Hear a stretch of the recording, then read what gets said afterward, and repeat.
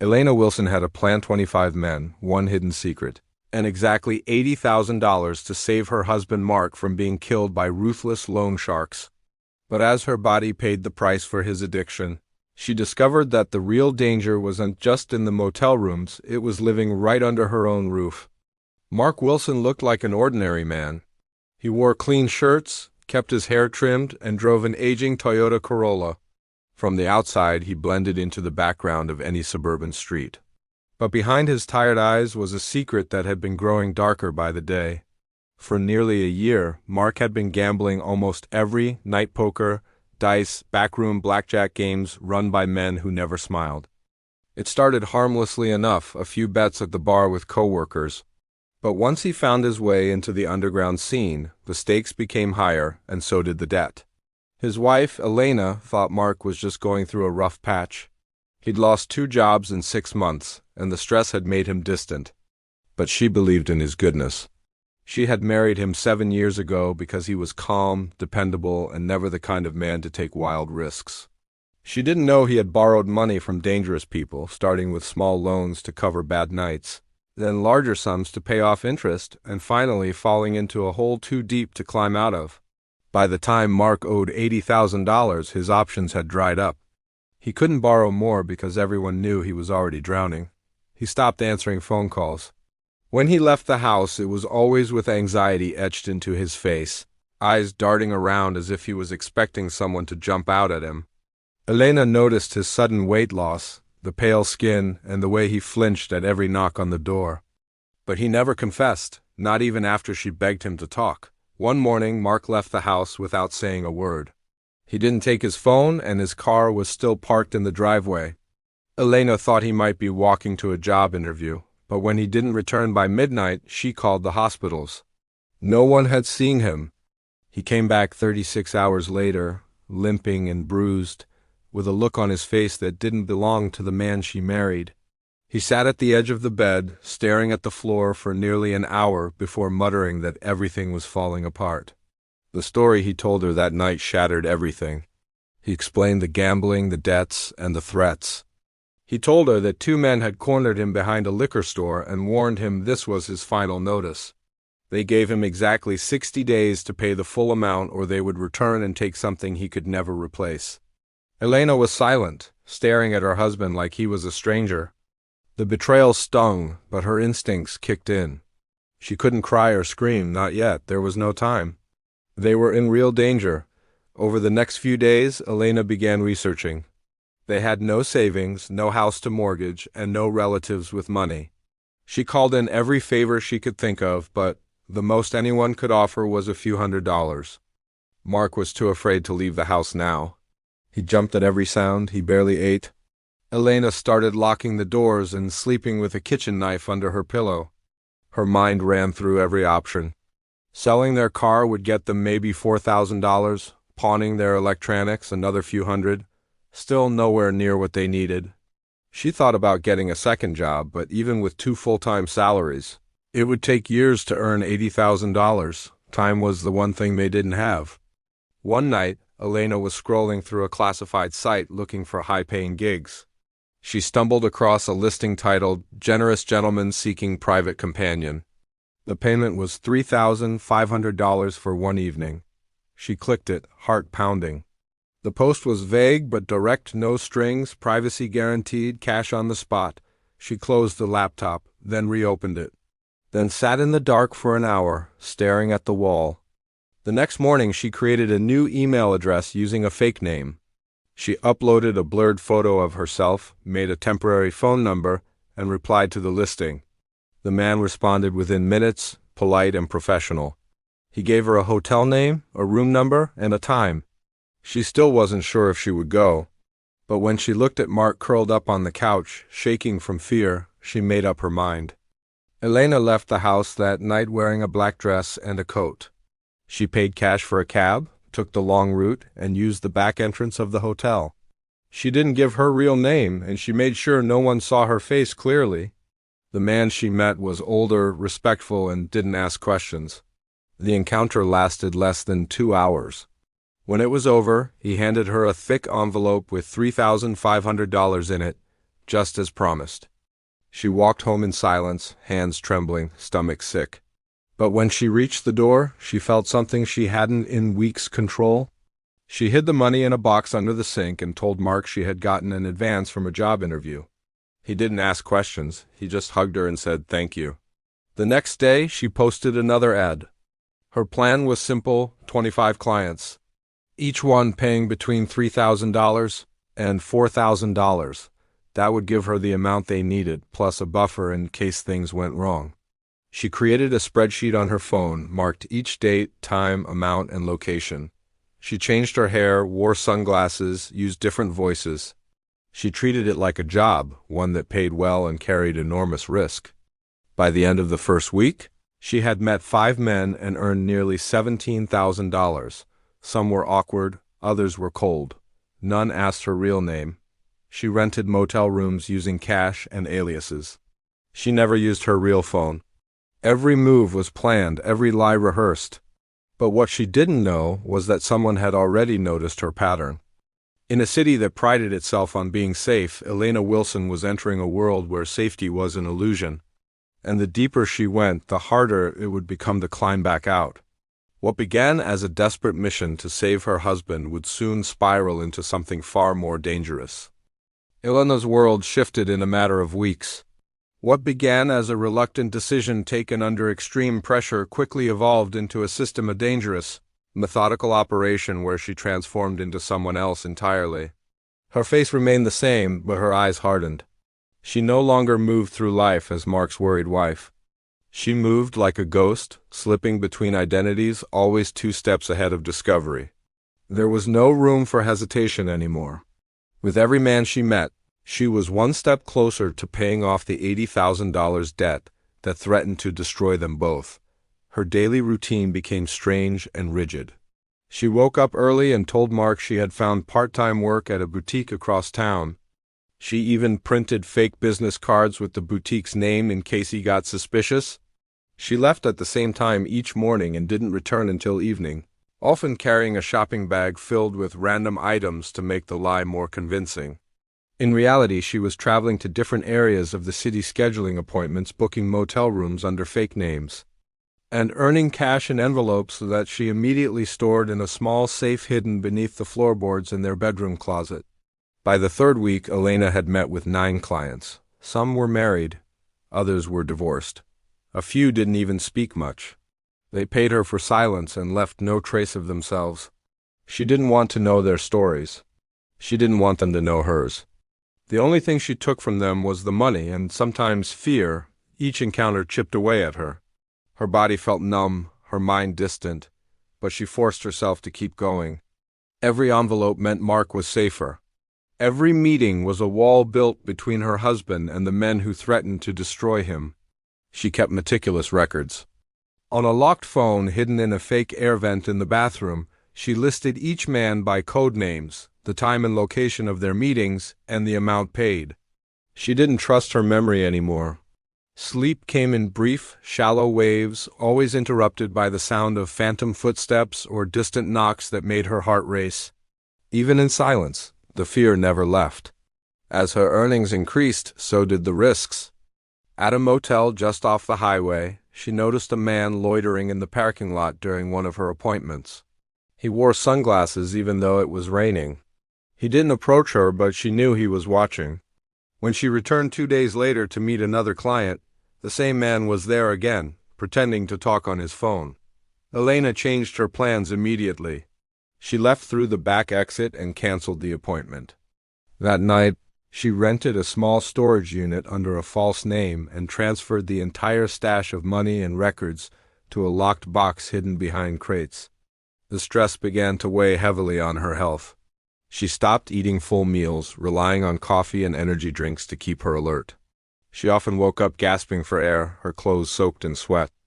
But Mark noticed none of it.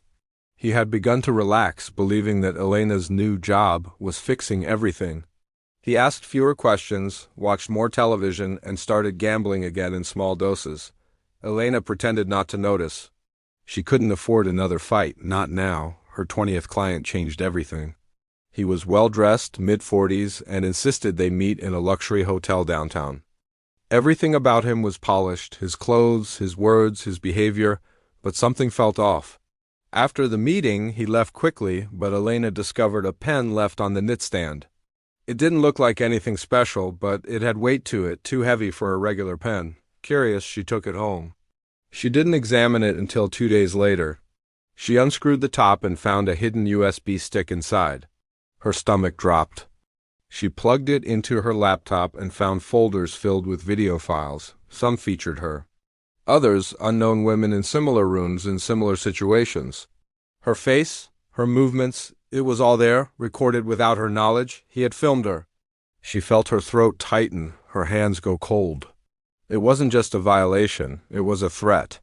Terrified, she tried to call the number he had provided, but it was disconnected. The name he used to book the hotel didn't exist in any registry. She returned to the hotel to ask questions, but the staff said no one matching his description had checked in that week. Elena realized that everything had been planned. He had used a burner phone, a false name, and a hidden camera. She was a target, not just a transaction. The next day, she searched adult video websites obsessively. She used vague tags and locations until, eventually, she found it. A video uploaded just 12 hours earlier. It was her. Blurred, but unmistakably her. The description was explicit. The title contained keywords she had used in her ad. The views were rising by the minute. She stared at the screen in disbelief. All the precautions, the fake names, the secret phones, it hadn't been enough. Her private life was now public, and there was no telling who had already seen the footage. Her legs went weak. She collapsed to the floor and covered her face, trying to keep the screams inside. She spent the night deleting all of her accounts, scrubbing everything she could from the web, and deleting her burner phone's history. But she knew it was impossible to erase what had already been shared. The man who filmed her might have dozens of copies. Worse, he might still be watching her, waiting. The paranoia consumed her. She installed new locks on the doors and covered the windows with blackout curtains. She stopped answering calls and even disconnected the home's internet for several days. Mark grew irritated, accusing her of becoming secretive. But Elena didn't care. Her world had shifted again, and this time, she didn't know which way was down. Despite everything, she continued. She was 5 clients away from reaching her goal. She couldn't stop now, not this close. She added another burner phone and began only accepting clients who agreed to meet in public first. She carried pepper spray, a stun gun, and a small knife in her purse at all times. She checked rooms for hidden cameras, used noise machines to block sound, and took pictures of license plates. Every meeting was treated like a battlefield. By the end of the 4th week, she had $72,000 hidden in the storage unit. Just 5 more meetings to reach the full amount. Then she could pay the debt and walk away forever. But the man with the camera had changed something inside her. She was no longer doing this for Mark. She was doing it because she couldn't stop until it was over. And somewhere in the back of her mind, she began to wonder, if she paid the debt and saved her husband, what was left of her to save? Elena's breath fogged the cracked mirror of the motel bathroom as she stood motionless, clutching a damp towel and staring into her own reflection. Her eyes, once full of quiet strength, now looked distant and hollow. The face staring back at her was tired, older somehow, as if the weeks of secrecy and survival had stolen years from her in silence. She wiped the mirror clean, but the reflection didn't change. She was unraveling slowly and quietly in a world she never meant to enter. She had completed her 21st meeting the night before. Each client blurred into the next faceless, voiceless, just transactions on a path toward freedom. She hadn't told Mark anything new in weeks. He still believed she worked at the boutique, though he rarely asked about it anymore. His trust had turned to complacency, his anxiety replaced by casual optimism. He believed the worst was behind them. He had no idea how close the danger still was. The man with the hidden camera still haunted her thoughts. Even though she'd deleted everything she could, even though the video had stopped gaining views after she filed several takedown complaints, she couldn't shake the feeling that he was out there. Watching, waiting, she kept the pen camera in a locked drawer, not ready to hand it over to police, but unable to destroy it either. It was proof, a threat, a reminder. It was late afternoon when she received a message on her new burner phone. It was short, just an address, a time, and a single word: private. She had seen this type before, clients who didn't like public meetings, who wanted to pay more for discretion. Normally she avoided them now. But with 4 clients left to reach her goal, she couldn't afford to skip. She ran a background check on the number. It led nowhere. Disposable, just like all the others, still, something about this felt different. She made a note of the location. It was a private townhouse in a wealthy suburb. She printed a fake invoice, stuffed it into her purse, and dressed in conservative clothing, just in case anyone asked questions. Before she left, she texted herself the address, the time, and a photo of the house from street view. If anything happened, she wanted someone to be able to trace her steps. The street was quiet when she arrived. The house stood apart from the others, newer, with blacked-out windows and no visible security cameras. A white car was parked in the driveway, freshly washed. She rang the bell and waited. No one answered. She rang again, then stepped back, checking the windows. Just as she turned to leave, the door creaked open. A man in his 50s stood there, smiling faintly, dressed in a gray polo shirt and dark jeans. He didn't speak, just gestured for her to come inside. She hesitated, but stepped through the threshold. The house smelled of cologne and something faintly chemical, like antiseptic. The lights were dim. She glanced around quickly. Minimal furniture, no personal photos. Clean, but cold. He offered her a drink. She shook her head. He led her upstairs without speaking. The bedroom was large and empty except for a bed, a chair, and a wall-mounted television. He handed her an envelope and pointed to the bathroom, as if giving her time to prepare. She took the money and excused herself. As soon as the door closed behind her, she locked it and examined the envelope. Cash $4,000 in large bills, it looked real. No tricks. Still, her stomach turned. Out of instinct, she checked the bathroom for hidden devices. She ran her fingers along the mirror's edges, under the sink, even behind the toilet tank. Nothing, but something still felt wrong. She washed her face, dried her hands, and turned to unlock the door when she heard it. A faint clicking sound, electronic, repetitive. It was coming from the corner of the ceiling. She looked up, an air vent. She climbed onto the sink and pried open the grate. Inside, nestled between the slats, was another hidden camera, small, black, blinking. She froze. Her heart raced. She yanked it out and stuffed it into her bag. When she opened the bathroom door, the man was standing right outside. She didn't speak, neither did he. For a moment, it felt like time stopped. Then, slowly, she stepped past him and walked down the stairs. He didn't follow. She left the house, got into her car, and drove straight to the storage unit. Her hands trembled on the steering wheel. Her mind spun in circles. Inside the unit, she reviewed the footage from the hidden camera. It had a memory card already loaded. She played the most recent file. It was her in the bathroom, unaware, vulnerable. Behind that, more files. Other women, dozens of them. Some crying, some undressing, all of them violated without their knowledge. He had done this before, many times. She couldn't ignore it any longer. This wasn't just her fight anymore. She gathered every recording, every bit of data, every file connected to the pen camera and this new one. She placed them into a secure drive and wrote a letter with no name, just a brief explanation of what the drives contained.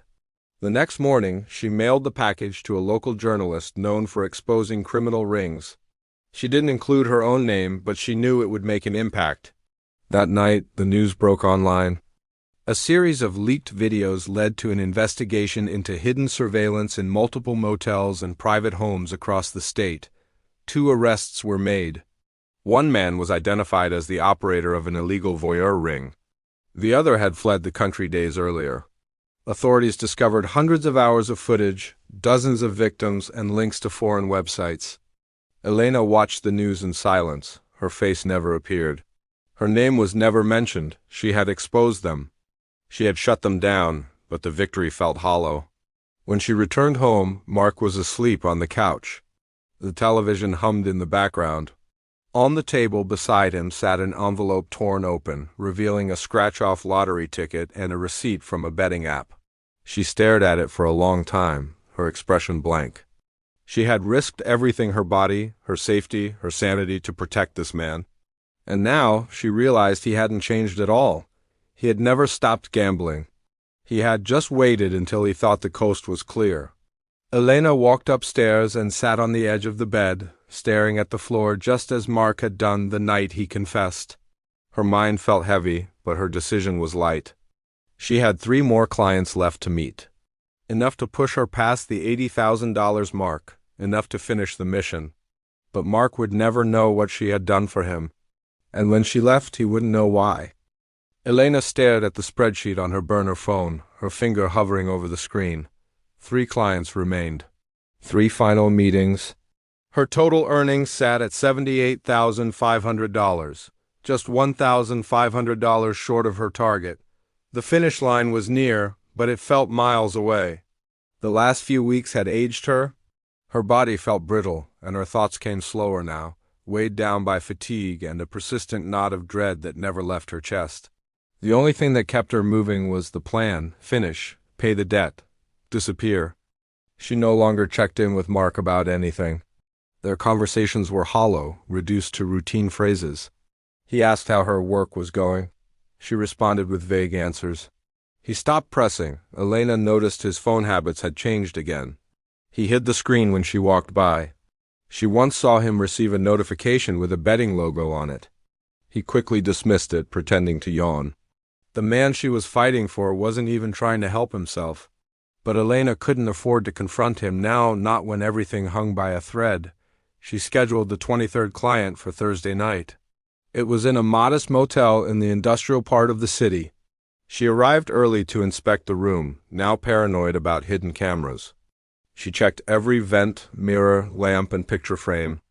Satisfied, she waited. The man arrived late. He looked younger than she expected, maybe in his early 30s. That brought her total to $80,500. She sat in her car, gripping the envelope, breathing hard. It was done. The money was there. She had it.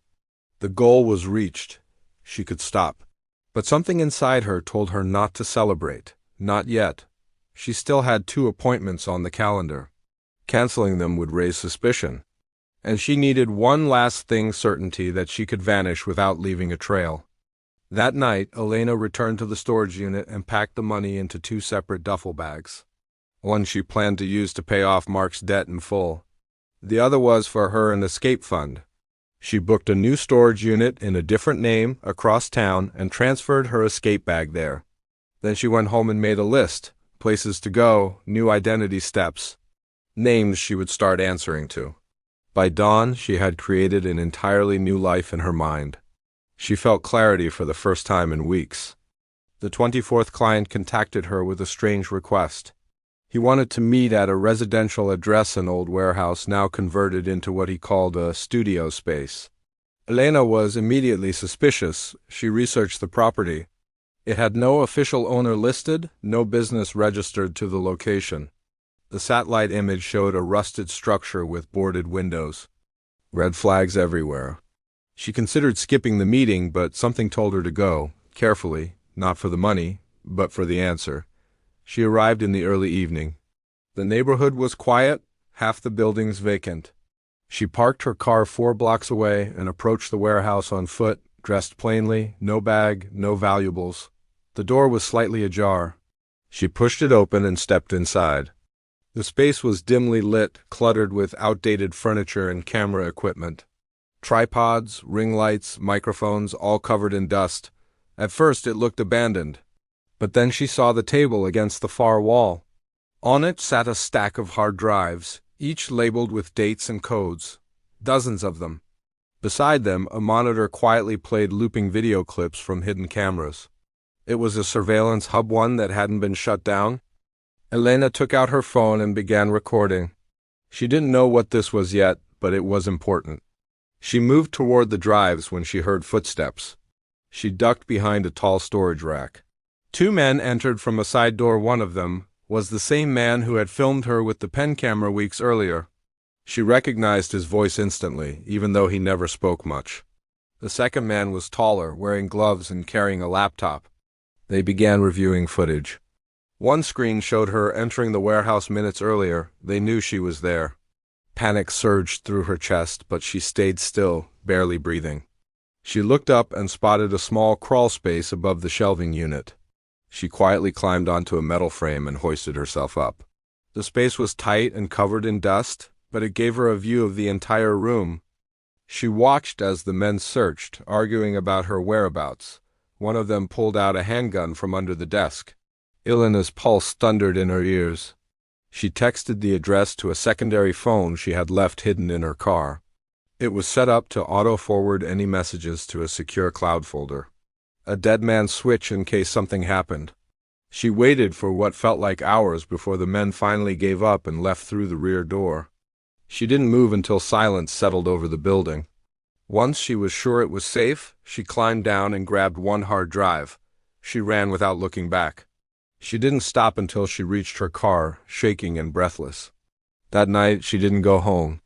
She stayed in a cheap hotel under another fake name and analyzed the contents of the drive. It contained over 200 video files. The network hadn't just been filming her. It had been operating for years. Dozens of women, some trafficked, others unknowingly recorded during private encounters. It was a full operation, still live. She took everything she had: footage, addresses, the drive, and emailed a zipped copy to a cyber crimes detective she'd read about in the paper. Again, anonymously. She didn't want credit. She wanted it stopped. The following morning, news broke of a major sting operation involving illegal voyeur footage, extortion, and blackmail. Multiple locations were raided, warrants were issued. The man she had met at the luxury townhouse was identified and arrested. A second suspect was still at large, possibly out of the country. Elena returned home to find Mark on the couch, reading the headlines with a look of amusement. When she entered the room, he said he had heard about the case and laughed, calling it a wild story. He had no idea how close it had hit to their lives. She walked into the bedroom, opened the closet, and pulled out the envelope with the full payment. She left it on the kitchen table along with a note, short, final. Then she packed a small bag and walked out. She didn't take much. Just the bare essentials. A driver's license with a new name, a phone loaded with encrypted messages, and the second duffel bag from her escape fund. Mark wouldn't find her. The men behind the camera ring were being hunted, and Elena was already gone, burned out of one life, reborn in another. The final client was still waiting on her calendar, but she would never show up. That version of Elena no longer existed. The sun rose quietly over the city the morning Elena disappeared. It painted the sky in pale oranges and soft blues, a peaceful contrast to the chaos she left behind. The apartment was silent, except for the distant hum of traffic and the television Mark had left on through the night. He stirred awake just after 9 a.m., stretching on the couch, unaware that his wife had already vanished hours ago. The first thing he noticed was the envelope on the kitchen table. His name was written in small, deliberate letters across the front. Next to it sat her house keys. Inside the envelope was a neat stack of $100 bills, $80,000 in total. There was also a single piece of paper, folded once. No dramatic words, no emotional pleas. Just a final message written in Elena's steady handwriting. "You're safe now. This is the last thing I'll ever do for you." Mark read it twice, then a third time. For a few moments he just stood there, not moving, not breathing. Slowly his mind began to spin. He knew she had been hiding something, he just didn't know it was this, $80,000 in cash. He had assumed her part-time job was paying better than expected, but this was beyond anything he could have imagined. He didn't panic, not right away. Instead, he sat at the table and stared at the money. Thoughts of paying off the gambling debt faded into fantasies of keeping the rest. But slowly the truth began to weigh on him. Where had she gone? Why hadn't she said goodbye? Had someone taken her? He called her phone. Straight to voicemail. He checked her closet. Half her clothes were gone, her laptop gone. The burner phone she sometimes carried was missing too. Only then did it hit him. She hadn't just left the apartment, she had left him. Elena was already miles away, riding a long-distance bus out of state. She wore a hoodie pulled low over her forehead, sunglasses, and a calm expression that hid the storm inside her. She had no final destination in mind, only the plan she had prepared weeks earlier. Her documents were in order, a new name. A new birth date. A new life waiting somewhere quiet, far from the eyes of the city that had swallowed her whole. She watched the road pass by outside the window, the world growing smaller in the reflection of the glass. She didn't cry. There were no tears left. Everything that needed grieving had already been buried. In the city she left behind, police were tightening their investigation. The exposure of the surveillance ring had opened a floodgate. More victims came forward, and a handful of missing persons cases were now being re-examined with new eyes. Elena's anonymous footage and documentation had formed the backbone of the investigation, but her name never surfaced. Her fingerprints had been wiped from the drives. Her face had been blurred in every file she submitted.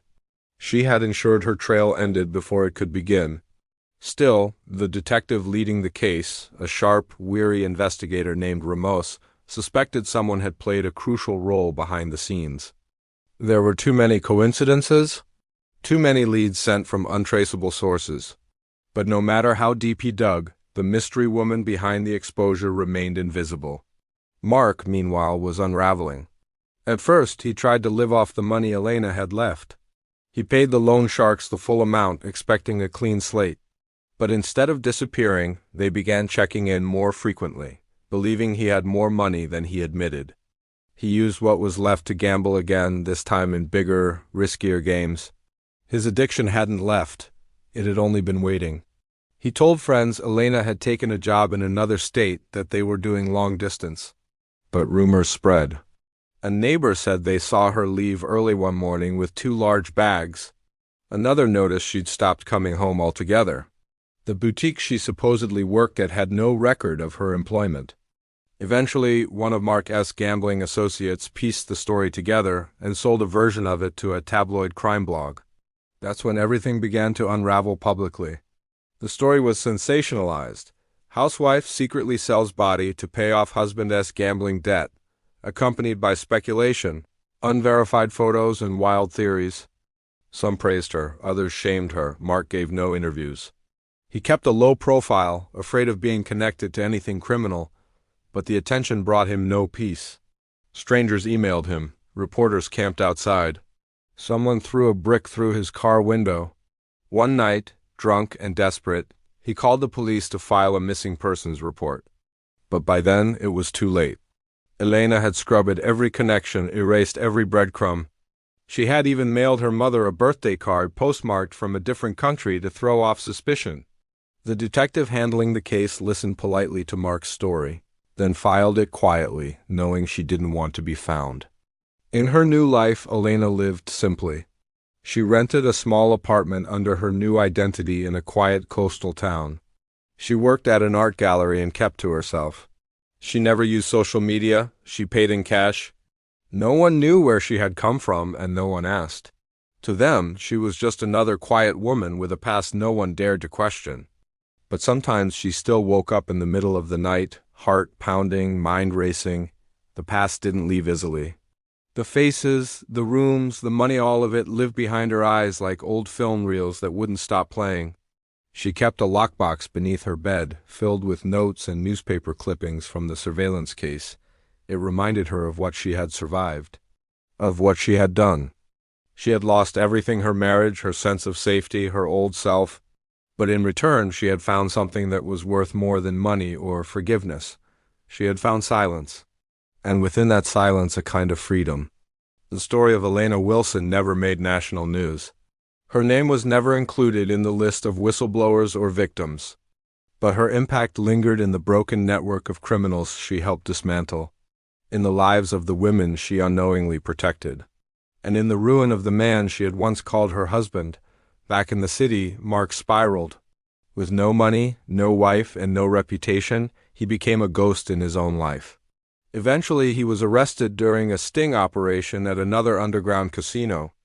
When the police searched his apartment, they found the note Elena had left. It was kept in a drawer, wrinkled from being read over and over again.